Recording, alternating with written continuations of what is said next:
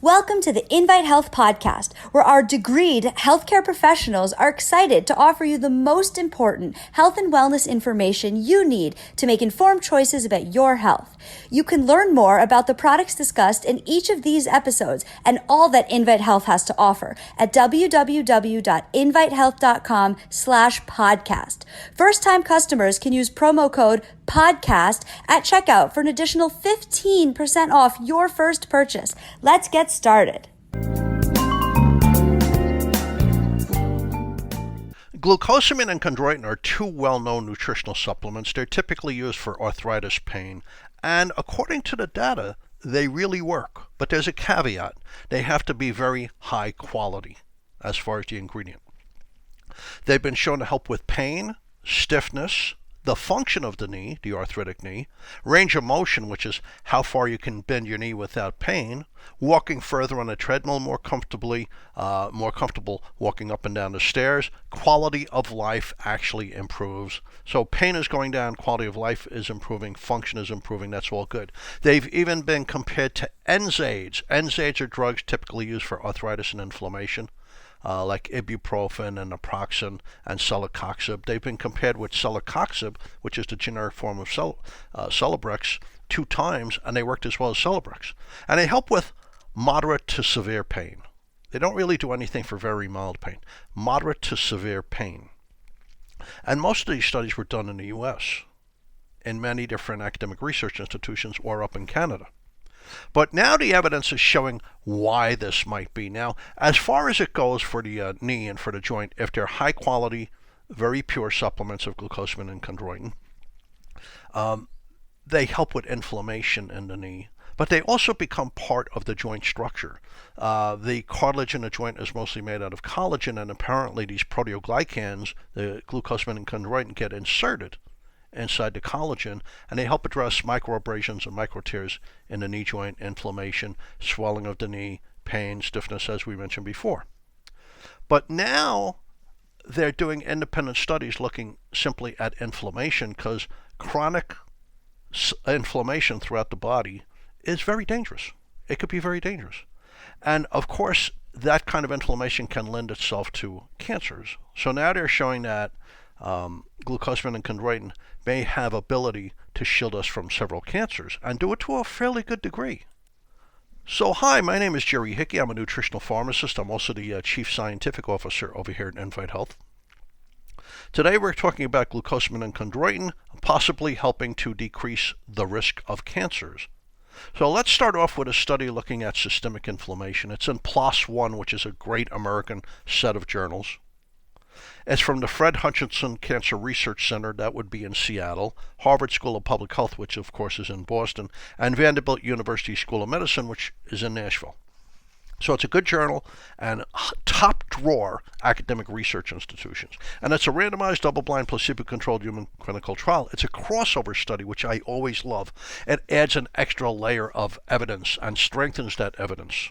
In a crossover study, one group of people randomly gets the placebo, which is a sugar pill. They used to call it a sugar pill, and the other group gets the active substance that they're studying, because you always want to compare the active substance to placebo.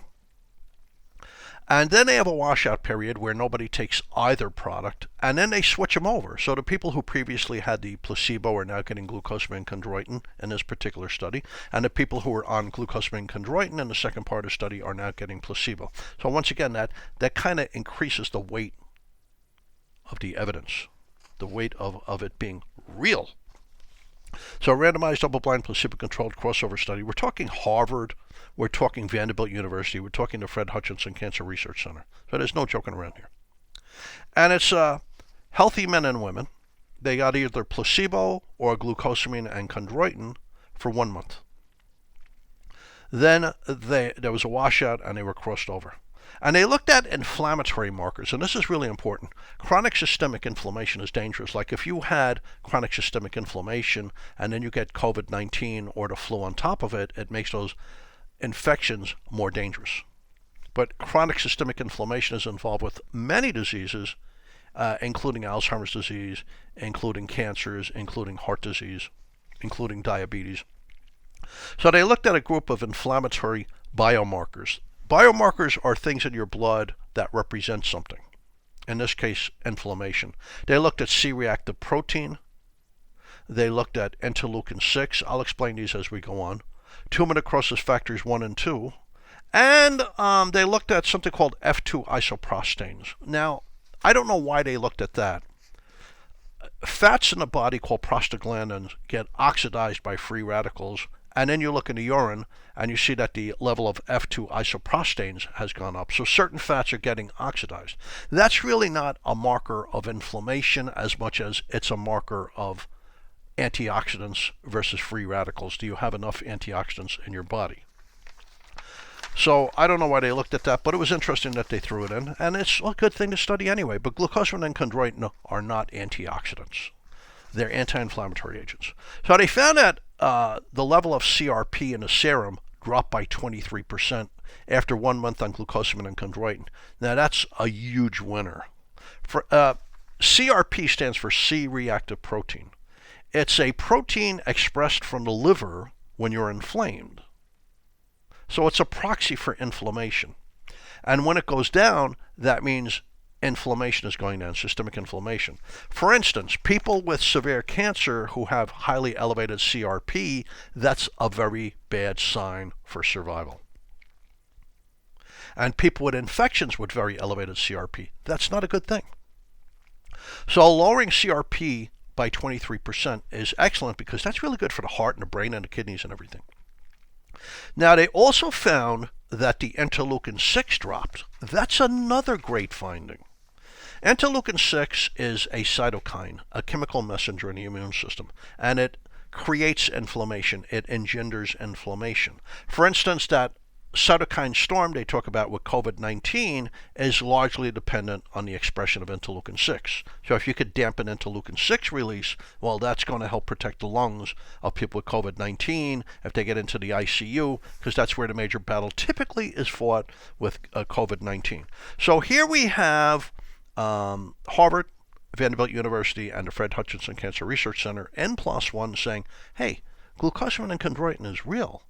They're lowering dangerous parts of systemic inflammation. So now let's look at another study. This is the Journal of the American Board of Family Medicine, and it's part of the NANES cohort. The NANES cohort are surveys they perform in the United States every several years, and they're very interesting because they give us so much data to work with. So they wanted to see if glucosamine and chondroitin lowered the risk of dying from heart disease or lowering the risk from all-cause mortality. All-cause mortality means dying from any cause, whether it's an accident, suicide, any kind of disease, drowning. So here's what they found. It was 16,700 participants in the NANES survey. NANES stands for National Health and Nutrition Examination Survey. Over the course of the years, there were 3,366 total deaths. And they found that taking glucosamine and chondroitin frequently lowered your risk of dying from all-cause mortality by 39%. So in general, it had an impact on diseases. But when it came to heart disease, it lowered the risk of dying from heart disease by 65%. Now that makes sense.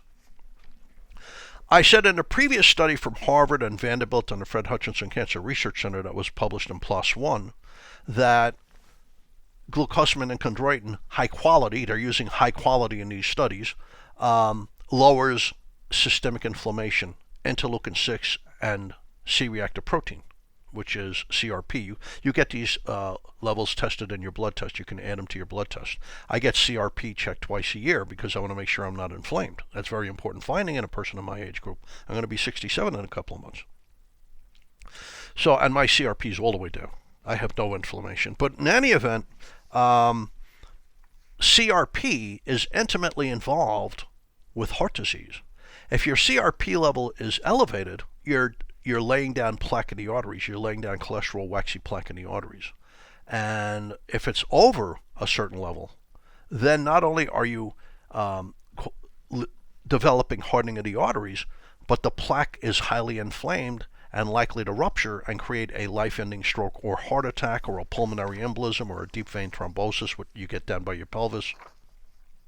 So it makes sense if you're taking glucosamine and chondroitin for your joint that you're getting the added benefit of reducing your risk of dying from cardiovascular disease by 65%. So let's go on and now look at the studies on glucosamine and chondroitin and cancer. This is the VITAL study. The VITAL study was performed in Washington, thousands and thousands and thousands of American adults. It's in the journal Cancer Epidemiology, Biomarkers and Prevention. I read this journal every month. I always find it to be scary, but there's also good information in there. So this is the VITAL cohort over in Washington. It's almost 78,000 people. It's just shy of 78,000 people. And they're looking at the use of glucosamine and chondroitin, and they said, which have anti-inflammatory properties over the previous 10 years were people using it. And they found people who used glucosamine and chondroitin over the past 10 years, a significant drop in their risk of developing lung cancer, a 26% lower risk of developing lung cancer, and a 27% lower risk of developing colorectal cancer. Now, there's more data on using glucosamine and chondroitin with colorectal cancer, so let's look at some of that. This is a study from Spain. It's in the journal Science Reports. It's over 6,000 adults. It's a case-controlled study, so they're comparing healthy population of people with colorectal cancer. And they found people who use glucosamine and creatinine, and they found that people who use glucosamine chondroitin had a 53% lower risk of developing colorectal cancer. So why should that be true? Well, first of all, you're lowering inflammation in the colon. Inflammation in the colon is intimately involved with creating polyps that can become hot and eventually transform into cancer. So we're going to talk about a study now about glucosamine and chondroitin. Can they help prevent the formation of polyps? So who develops inflammation in their colon? Smokers, people who drink a lot of alcohol, people with diabetes who don't take care of their diabetes, people who have a terrible diet where they're not eating their fruits and vegetables and nuts and salads and seeds and things like this. They're not getting the fiber they need, the natural fibers from these foods. Because these fibers, first of all, clean things out of the colon, but they also feed your healthy bacteria. So people with low levels of healthy bacteria have a higher risk of polyps and developing colon cancer. That's been shown in a number of studies. And what do the good bacteria feed on? Fruits and vegetables, the fibers in fruits and vegetables. So here's Cancer Epidemiology, Biomarkers and Prevention, looking at glucosamine and chondroitin and the risk of developing polyps. Now, once again, great researchers. It's Harvard School of Public Health. It's Washington University School of Medicine. That would be in St. Louis. It's Sloan Kettering in Manhattan, Memorial Sloan Kettering. It's Brigham and Women's Hospital. It's Harvard Medical School. And it's Massachusetts General Hospital. Now, according to the Cleveland Clinic, about 75% of all colon cancers come out of a polyp called an adenoma, and about 25% come out of a polyp called serrated polyps. Serrated polyps are kind of flat, messed up looking cells, where adenomas typically are like stalks. So they're looking at 43,200 people from the Nurses' Health Study, and they're looking at a group of people included in that from the Health Professionals Follow-Up Study. So there's a large contingent of professional men and women in these studies, pharmacists, medical doctors, nurses. And they found that glucosamine and chondroitin inversely associated with high risk of adenomas. How much decreased risk? A 26% lower risk of developing an adenoma in a woman, and not as effective as men. Effective, but not as effective. So let's discuss this. Now, the Cleveland Clinic once again said that 75% of colon cancers come out of polyps called adenomas. Well, here we have glucosamine and chondroitin strongly reducing your risk of developing an adenoma-type polyp. These are the polyps that they find on colonoscopy that they remove. Now, can they help with other cancers? I don't know. I haven't seen evidence for that. The evidence has, there's some evidence for lung cancer, but there's growing evidence that glucosamine and chondroitin lower your risk of developing colon cancer. Now, colon cancer is a very common cancer, and if it gets out of control, it's a very, very dangerous cancer. So that alone makes it worthwhile using glucosamine and chondroitin, because the data is consistent from country to country, from research institution to research institution, that glucosamine and chondroitin lower the risk of colorectal cancer. Now, rectal cancer is a lot less common than colon cancer. If they had removed the rectal cancer from the incidence, you would have seen a far lower risk of colon cancer using glucosamine and chondroitin.